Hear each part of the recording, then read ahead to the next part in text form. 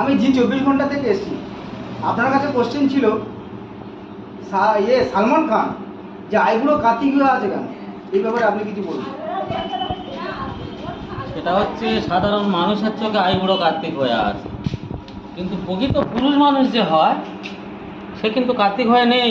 আচ্ছা এর পিছনে মারাত্মক একটা ভূমিকা আছে। আচ্ছা, ভূমিকাটা কি? ভূমিকাটা এটাই হলো যে ও সলিড এবং সুন্দরভাবে একজনকে ভালোবেসেছিল, আচ্ছা, আর যাকে ভালোবেসেছিল তাকেই জীবনসাথী করতে চেয়েছিল।